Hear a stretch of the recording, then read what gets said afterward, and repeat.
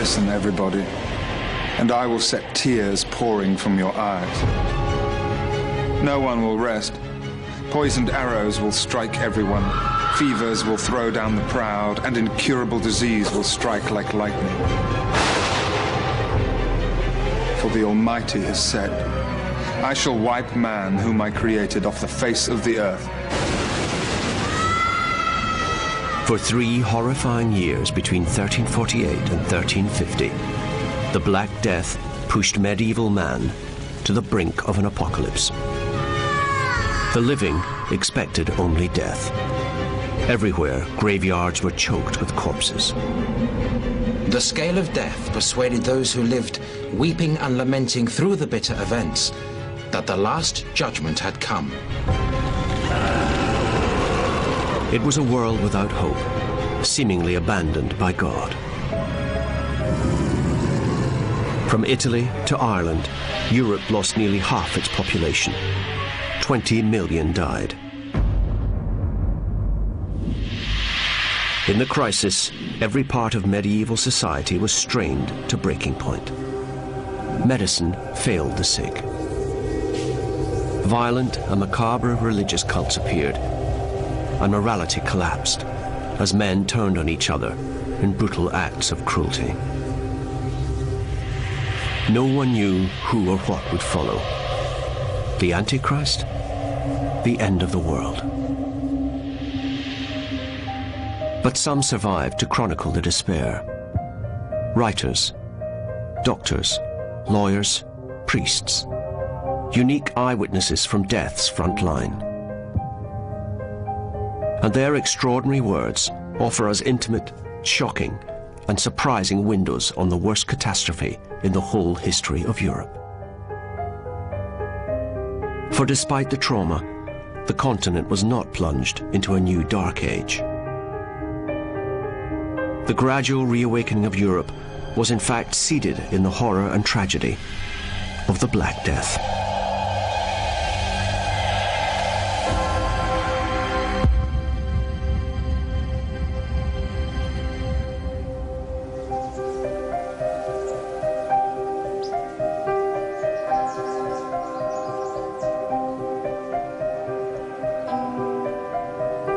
In the mid-14th century, Europe was not the dark continent so often lampooned by history.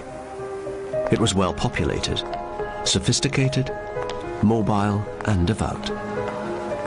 People are moving, there are traders, there are merchants, there are pilgrims, there are soldiers, there are bureaucrats, there are people on every imaginable kind of business on the road, moving about this society. Nowhere was richer or busier with trade and commerce than the ports and cities of northern Italy. Florence, with a population of over 100,000, was said to resemble a ripe pomegranate, a dense anthill of human contact, merchants and peasants, rich and poor, business and pleasure. The population was tremendous, and the cities were big, crowded, but they were also very wealthy places to live, and so attracting lots of people. So in a sense, it's the sort of place that a disease is going to love. Into this medieval melting pot, in the autumn of 1347, stole a horrifying and mysterious disease. It was borne by sailors returning from the Black Sea in the east, the pestilence already in their blood and on their breath. At first, the citizens had no idea of the scale of the horror that would hit them. The disease that later became known as the Black Death would threaten every part of medieval life: society, religion, feudalism, family. In the town of Piacenza, a lawyer, Gabriel de Musis, recorded the arrival of the disease. I have been urged to write what happened here. Every city, every settlement, every place was poisoned by the contagious pestilence. When one person had contracted the illness, he poisoned his whole family, and those preparing to bury the dead were seized by death in the same way. Thus, Death entered through the windows, and as cities and towns were devastated, the survivors mourned their dead kin. Italy was the front line of a bewildering epidemic. No one was prepared for the speed and horror of the disease. People became sick with a flu-like fever and began vomiting. In their necks, armpits and groin, pus-filled swellings or buboes appeared.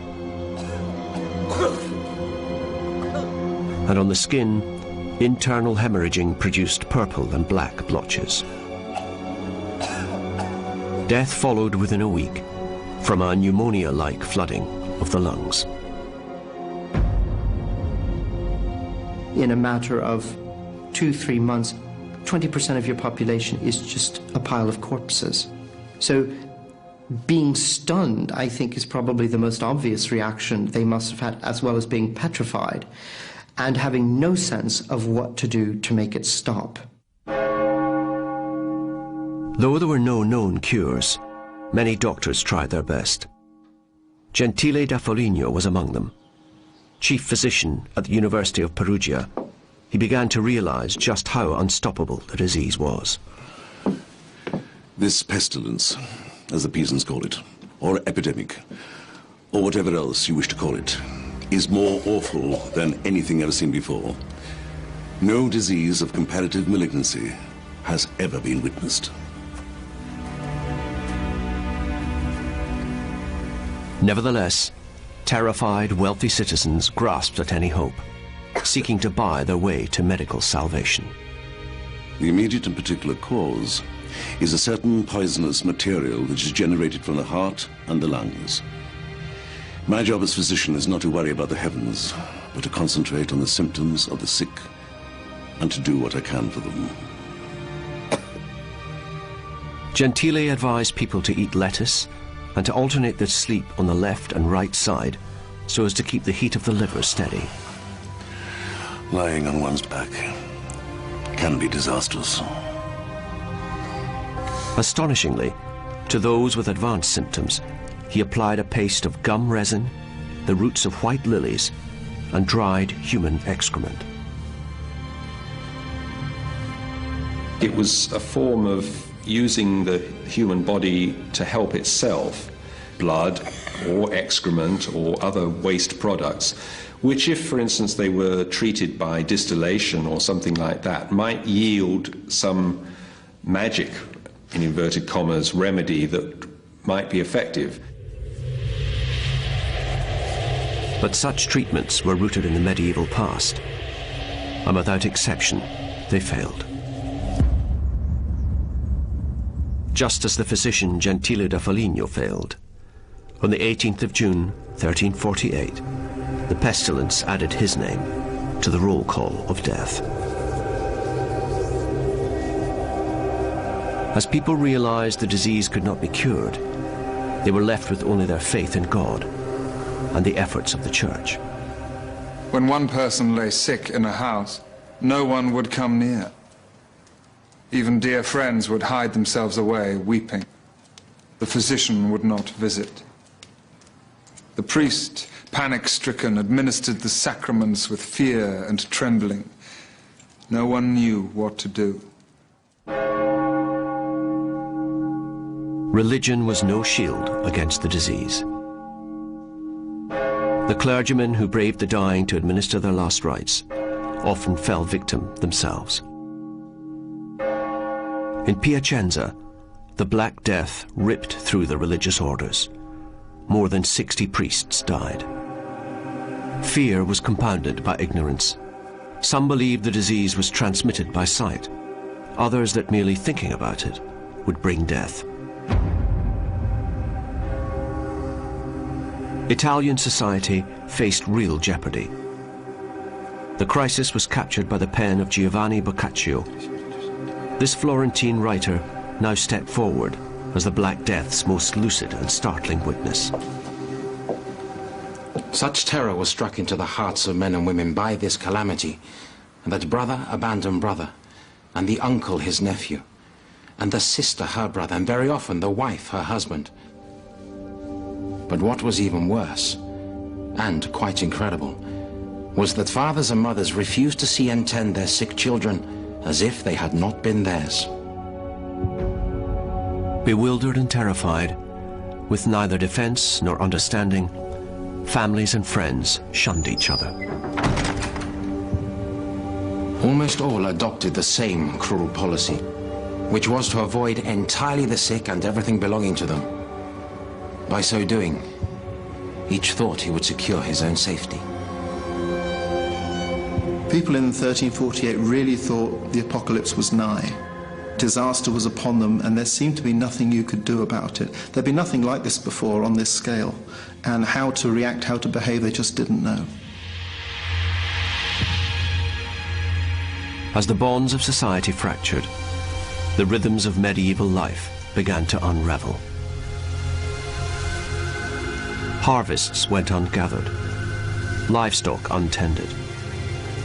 In the city of Siena, civil courts were closed and building work on the cathedral halted. Work never resumed, and the great nave remains unfinished today. As local leaders died, city life stopped. The scale of the disaster was becoming clear. In addition to lots of people being ill and dying, you now had nothing working properly. The bodies weren't being removed. Sanitation, to the extent that it existed, completely collapsed. Food wasn't being made, bread wasn't being baked. So you had, in addition to disease, famine and the general problems of keeping some sort of order. In this suffering and misery of our city, the authority of human and divine laws almost disappeared. For like other men, the ministers and the executors of the laws were all dead, or sick, or shut up with their families, so that no duties were carried out. Every man was therefore able to do as he pleased. In a world seemingly abandoned by God, no one expected to live. Many behaved as if each day would be their last. Italian society was in moral meltdown.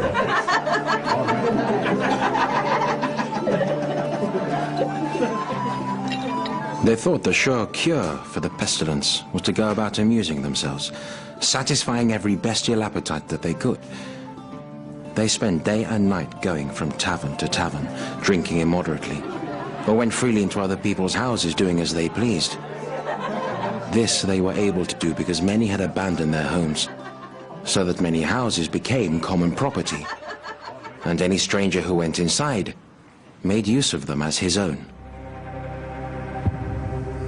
Throughout the spring and summer of 1348, the toll of death went unabated. In Venice, some 90,000 died. In Florence, it was half the city's population. Such was the multitude of corpses brought to the churches every day and every hour, that there was not enough consecrated ground to give them burial. With the cemeteries full, they were forced to dig huge trenches, where they buried the bodies by their thousands.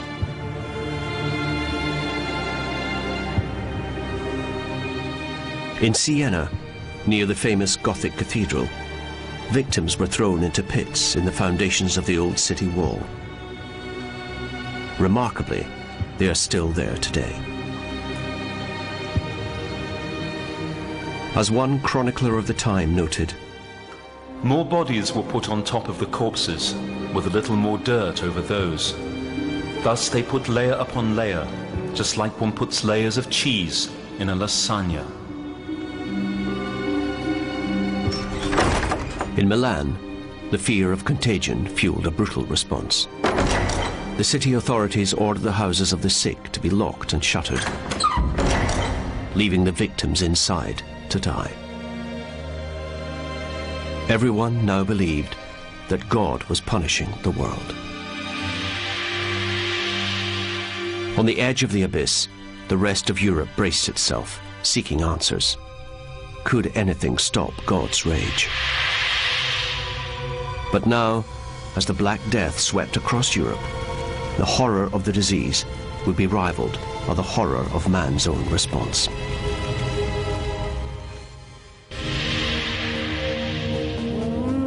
In 6 months, the Black Death had taken millions of lives and devastated Italy. Now, in the spring of 1348, it arrived in southern France. It's clear that the disease followed the routes of trade across Western Europe, which had become, by the 14th century, a pretty elaborate network run largely by Italians. And ironically, of course, it was from Italy that they exported very successfully the disease to other parts of Europe. In the coming months, fear of the Black Death would strike at the heart of the church, provoking bizarre rituals of penitence. But worse still, it would trigger ethnic hatred on a horrifying scale. The pestilence quickly spread inland to the papal seat of Avignon. It was here, rather than in Rome, that Pope Clement VI held court. Avignon was at this time a city drip-fed on religious power, patronage, and diplomacy. It had, of course, at its heart the papal court, which was an enormous operation of some 600 or 700 people. But it was also, in effect, Europe's crossroads, a point where culture, politics, theology, art, science converged. The Pope was God's voice on earth. His court seethed with gossip and rumor. Surely religion would save them. In the court, musician and philosopher Louis Heiligen began a unique account of the arrival and impact of the disease.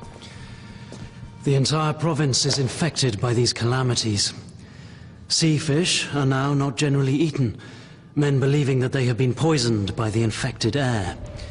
And it is thought that the whole coast and all the neighboring countries caught the infection from the stinking breath of wind which blew from the region contaminated by the pestilence.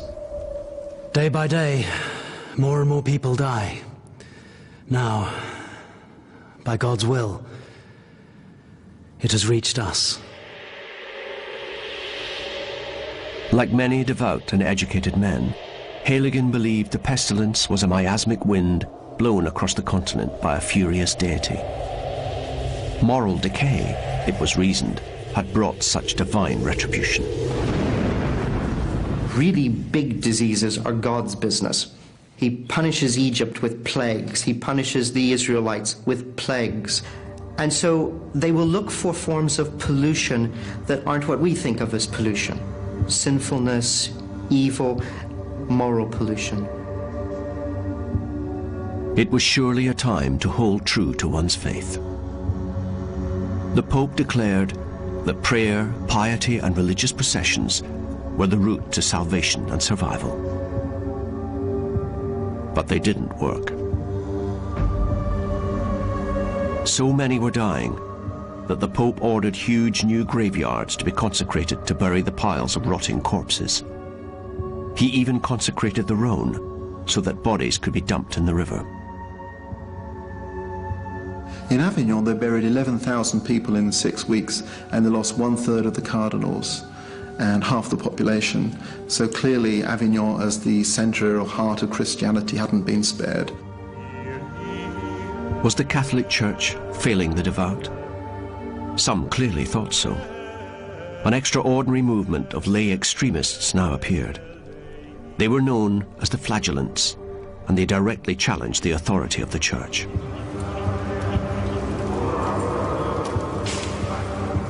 We witnessed a performance of devout processions with the chanting of litanies. Men and women alike, many barefoot, others wearing hair shirts or smeared with ashes, processed with lamentations and tears. Some beat themselves with cruel whips until the blood ran. The Flagellants marched from town to town, whipping themselves and others into a frenzy of brutal penitence. Watching one procession was Robert of Avesbury. Each wore a hood, painted with a red cross front and back, and carried a whip with 3 thongs. Each thong had a knot in it with something sharp, like a needle, stuck through the middle.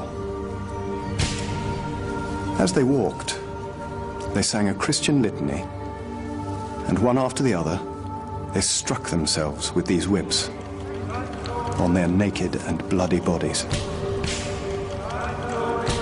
Contemporary observers talk about flagellants beating themselves and the blood spattering the walls of the surrounding buildings. What do people see when they look at a spectacle like that? Well, what they see is Jesus suffering and bleeding for their sins. What more powerful act can people have performed on their behalf to avert this terrible scourge that's coming to them? The theatrical ritual drew large crowds hoping for redemption. This sent shockwaves through the church.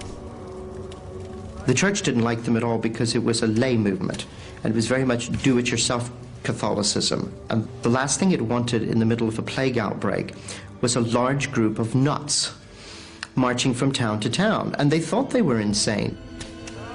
Religion was something the church dispensed through the priesthood, through the sacraments, and so they considered them extremely dangerous as well. But the promise of the flagellants proved empty and lethal. These bizarre marching mobs would simply have helped to spread the disease more quickly.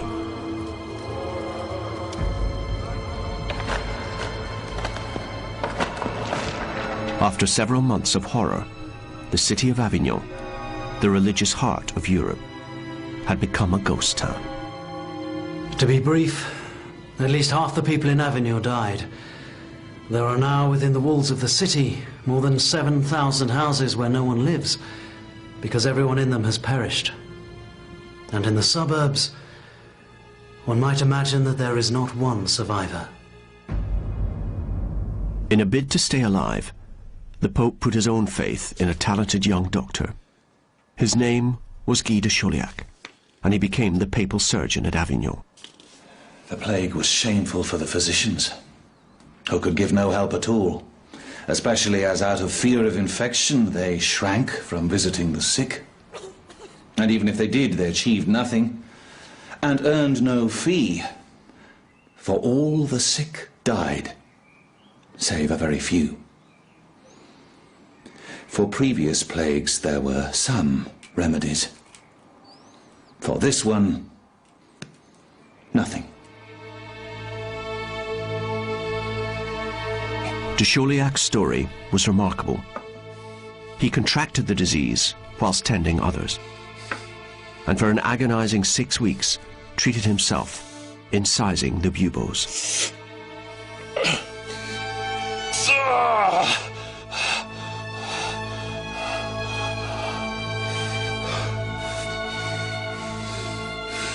His friends had left him for dead. But amazingly, he was one of the lucky ones to recover.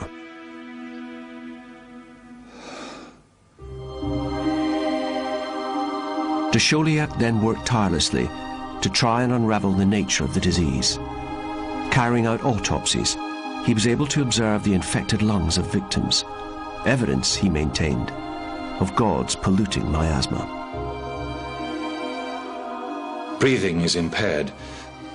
Men suffer in their lungs, and whoever has these corrupted cannot by any means escape, nor live beyond 2 days. De Chauliac's accounts give a fascinating glimpse of the medieval symptoms of the disease. But even today, modern medicine can't explain what the Black Death actually was. Theories suggest a lethal hybrid of bubonic and hemorrhagic plague. But in truth, the disease remains a mystery.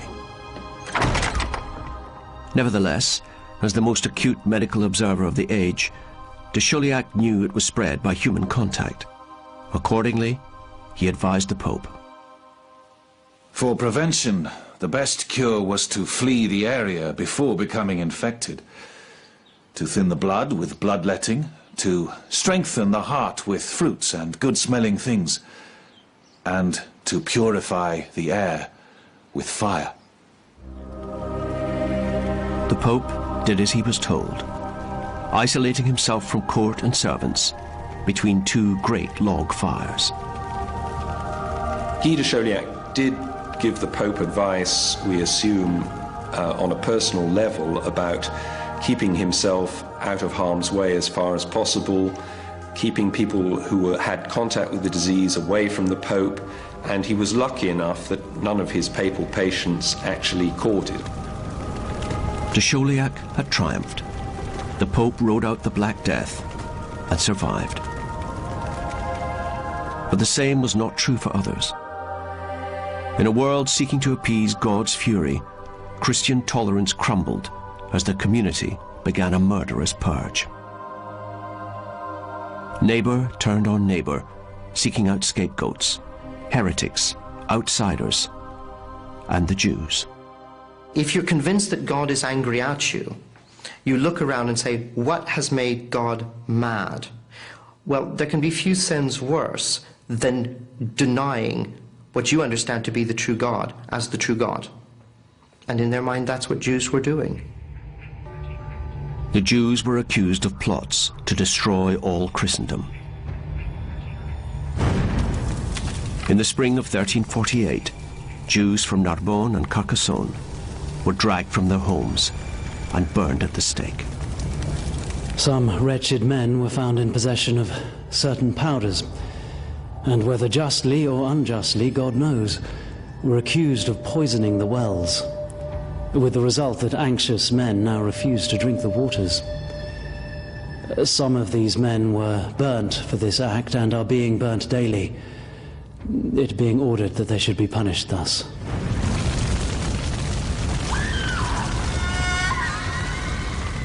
The brutal atrocities were recorded by the court bailiffs. Here follows the confession of one of the Jews made on the 8th of October 1348 in the castle of Chillon.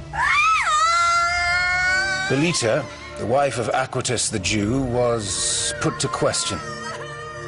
Now, when it was over, she confessed that around midsummer last, the Jew Provençal gave her some poison. She was to put this in the wells to poison the people using them. And she took the poison and did as she was told. Thousands of Jewish families were forced into false confessions. They were then condemned to death. Calamitous as it was, terrible as it was, the plague was not just a disaster. For some people it was an opportunity to do things that they'd been hoping for some time to be able to do. Now's their chance. Certain commissioners have been appointed to punish the Jews by due legal process. And you should know that all Jews living in Villeneuve have now been burnt. To put it at its most brutally simple, it was an opportunity for the many Christians who were in debt to Jewish moneylenders to liquidate their debts by liquidating their creditors. This was a planned process, it was led by the elite, and in very many towns, the wiping out of the Jewish community happens before the plague ever arrives. In the 3 years of the Black Death, massacres of Jews took place in over 100 towns and cities in France, Italy, Switzerland and Germany. Europe lay morally derailed. In the late spring of 1348, the Pope's musician, Louis Héligan, penned a warning to colleagues in northern France. I am writing to you, most dearly beloved, so that you should know in what perils we are now living. And if you wish to preserve yourselves, the best advice is that a man should eat and drink moderately, but above all, mix little with people. It is best to stay at home until the epidemic has passed. But for Louis Héligan, it was too late. In July 1348, the Black Death claimed his life. With Europe riven by pogroms and by a universal crisis of faith, the pestilence now leapt the Channel and invaded the pastoral lands of England. How would the feudal certainties of centuries now fare? Was the whole of Europe poised on the edge of anarchy?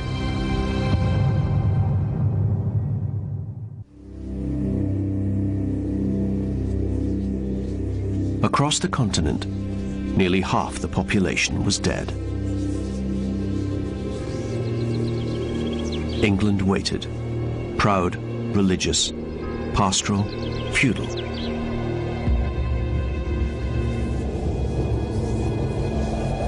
Once again, the Black Death entered from the sea. In the summer of 1348, it arrived in the ports of Southampton, Plymouth, and Bristol.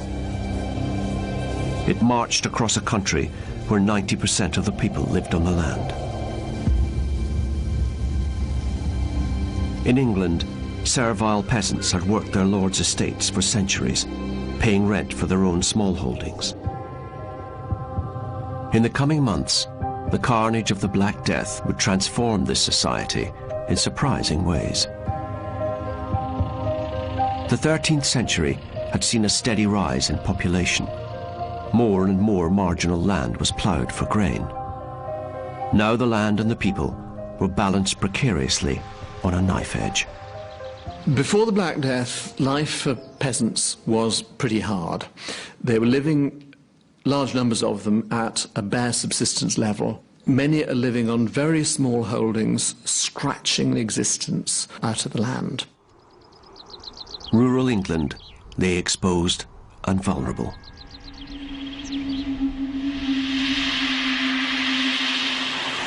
In the Suffolk village of Walsham-le-Willows lived a family called Denny's. Hear us, O God our Savior. Nicholas Denny was married to Catherine. They had a young family. From statements and court records of the time, we can give them an authentic voice, moving insights into how such peasant families were torn apart by the disease. By May 1349, the Black Death had arrived at their door. Death moved slowly at first, but once the kindling was lit, the blaze spread with such intensity it looked like no one would remain. My elder brother William was one of the first in our manor to succumb to the pestilence. He died within 3 days, followed by his wife and 3 of the children. He left to me his dwelling, 7.5 acres, and the care of his remaining son. As death stalked the village, the tenancies of the deceased passed to the grief-stricken survivors. No one knew who would be next. Like those before them, the peasants believed the disease was born in corrupted air. With sweet-smelling herbs like thyme, tansy, and wormwood, they tried in vain to purify their homes. But all they did was disguise the smell of death. My mother followed my brother to the grave very quickly. With my elder brother dead, my mother's 5 acres have gone to me. Catherine and I are now more than 3 times as rich as we were before this pestilence struck, but who knows how long that'll last. The other villagers avoid us. I think no family's infected. I wake early every morning with the dread that the swellings will have appeared on my children overnight.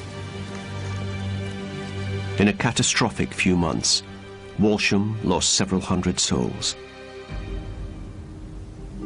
Among them, the lord of the manor, leaving his widow, Lady Rose de Saxham, to cope with the crisis. Death took my good husband and killed more than 1/3 of the men, women and children in the village. There is now such a shortage of servants, craftsmen, and of agricultural labourers that a great many of us lords and those well endowed with goods and possessions are without all service and attendance. Across the board, it looks like half the population dying in England. You can look at the clergy, because there's evidence for replacing those that died. And that looks like 40 to 50%. You can then look at individual villages, and you can find some places with real horror. Jarrow, about 80% of the population died. The huge death toll among labourers paralysed rural life.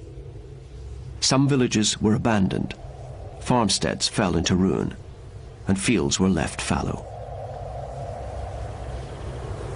We've always got to remember the profoundly grief-stricken condition they must have been in after the Black Death, the awful darkness of those months when the Black Death was carrying people off in their village, in their town, wherever it might be. But nevertheless, families like the Dennies, these peasant families, do get their act together pretty quickly.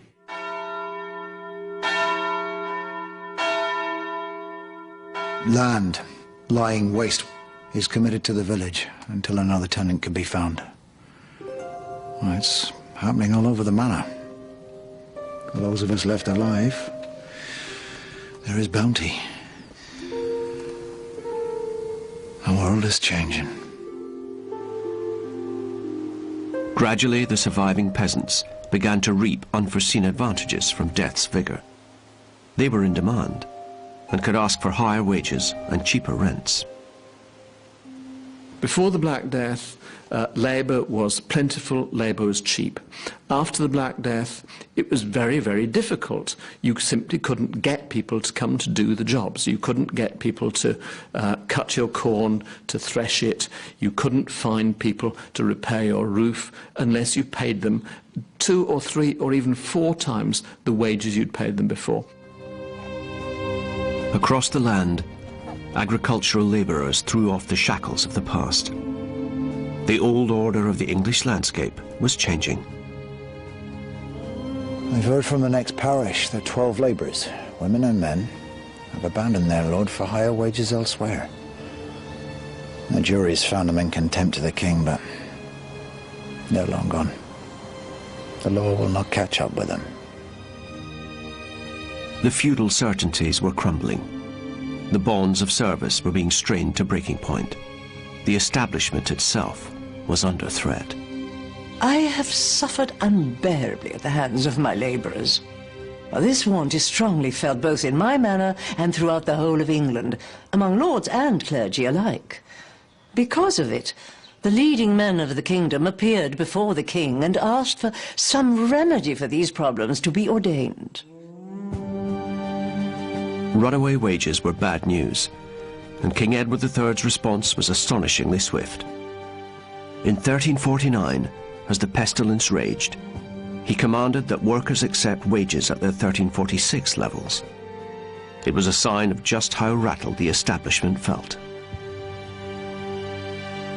Commissions were set up around the country, fining people who were charging over the odds for their labour. But the laws of supply and demand proved too strong.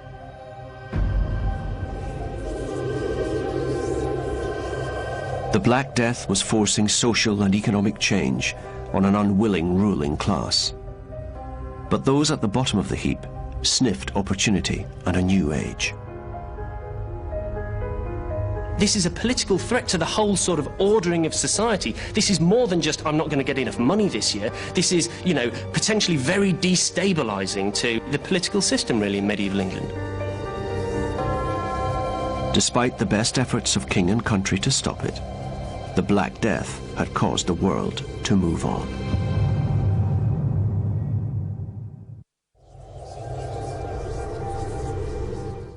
Autumn of 1350, after 3 years of terror and 20 million lives, the Black Death had reached the edges of 14th century Europe. Death's vigour would soon fade, but not before visiting one last haunting and prophetic witness. Brother John Klyn, a Franciscan friar in Ireland, believed the day of judgment had come. Struggling against the sickness that gripped him, he made one final amazing gesture. I, Brother John Klyn of the Friars Minor of Kilkenny, have written in this book of the notable events which befell in my time, so that such deeds should not perish with time, or be lost from the memory of future generations. I leave parchment for continuing the work, in case anyone should be alive in the future, and any son of Adam can escape this pestilence and continue the work thus begun.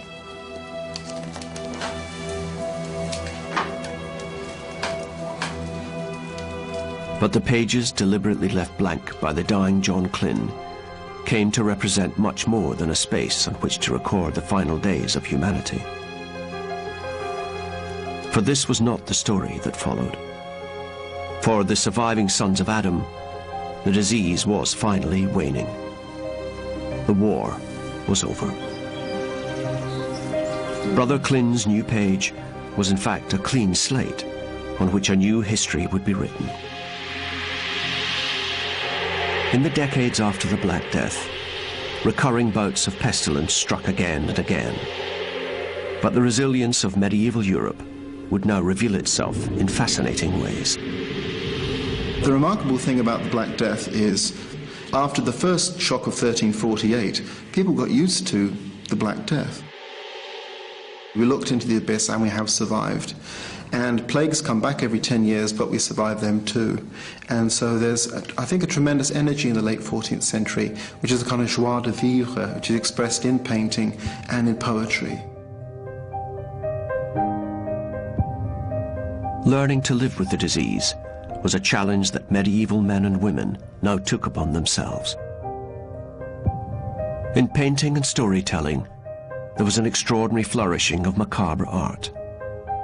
Pictures in which people were encouraged to engage with the horrors of death and decay. Art does seem to change as a result of the Black Death. The portrayal of effigies as skeletal or with worms coming out of them, a healthy woman and a skeleton right behind her, these become more common. The Black Death reminded them that it did hit everyone, that death was everyone's companion throughout their life. And that's why you get these etchings of the skeleton behind you, because that, in a sense, is the way you're thinking now. Death is your constant companion. It was a message portrayed in many English parish churches in the late 14th and 15th centuries. At Lutterworth Church in Leicestershire, the dead rise to the call of trumpets from heaven. The images show that death is inevitable, but also the ecstasy of eternal resurrection.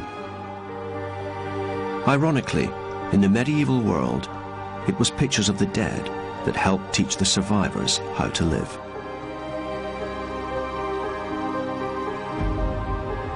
In villages like Walsham-le-Willows, surviving peasants like the Denny's family were coming to terms with the new world. Lady Rose has now waived 12 pennies from each acre, which used to cost us 2 shillings. Till the world improves or another tenant can be found who is prepared to pay the full rent. So, we have more land and yet pay less. The mistress needs us more than we need her. There are groups of peasants that say, look, we're not accepting things as they were before because the situation's changed. I'm sorry, we've got greater bargaining power, so therefore we demand more. We don't want to perform these forced labour services. We want to work for higher wages. We want to be able to go to other villages to take on other holdings, whatever it might be. Many survivors from the countryside were also drawn to the towns and cities, filling the vacuum left by the urban dead. It's not only our wealth has improved. The chaos the pestilence has brought has opened up opportunities. My sister Agnes, strong-willed, has abandoned the land of Our Lady and fled to Ipswich, where she has married a cobbler without the lady's license. They do not know his name. So it seems she will escape. For those peasants who'd made it through, life was better. The same could not be said for the landowners. My buildings and walls are crumbling, and the manor barely yielded £10 last year. No labourer is prepared to take orders from anyone, whether equal, inferior or superior.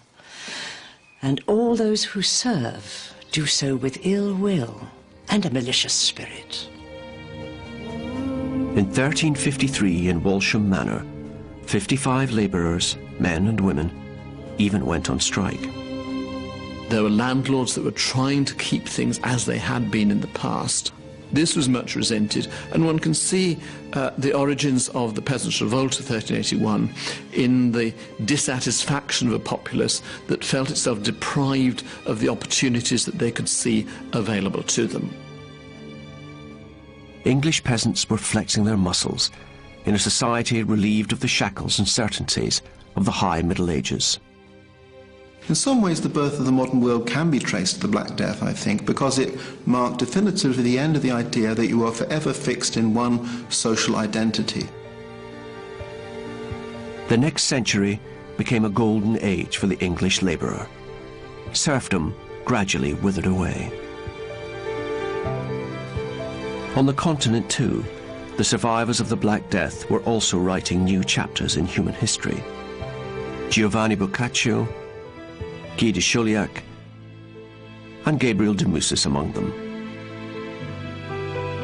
As Europe rebounded, millions bequeathed by the dead was spent on rebuilding. The Pisans restarted work on their famous icon, completing the bell tower in 1350. It was a time to look forward, not back.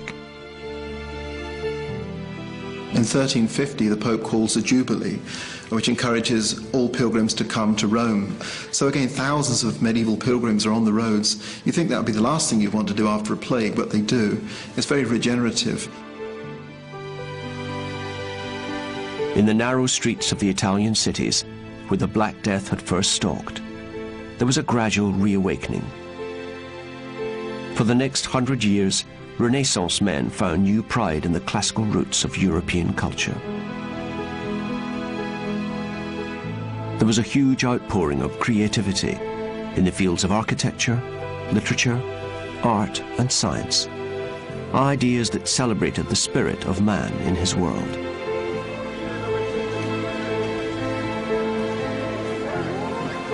It had been the worst century to be alive, and no other age before or since had felt so close to annihilation. But the people of medieval Europe had not lost their nerve. One of the healthiest conclusions is to remind ourselves that Europe survived the Black Death. It survived recurring outbreaks for 300 years of plague.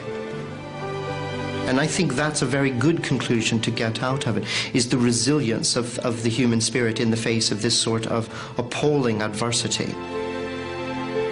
Slowly, an inspiring story of human survival was emerging. From the brink of the apocalypse, a new vision of hope and humanity had been wrested from despair.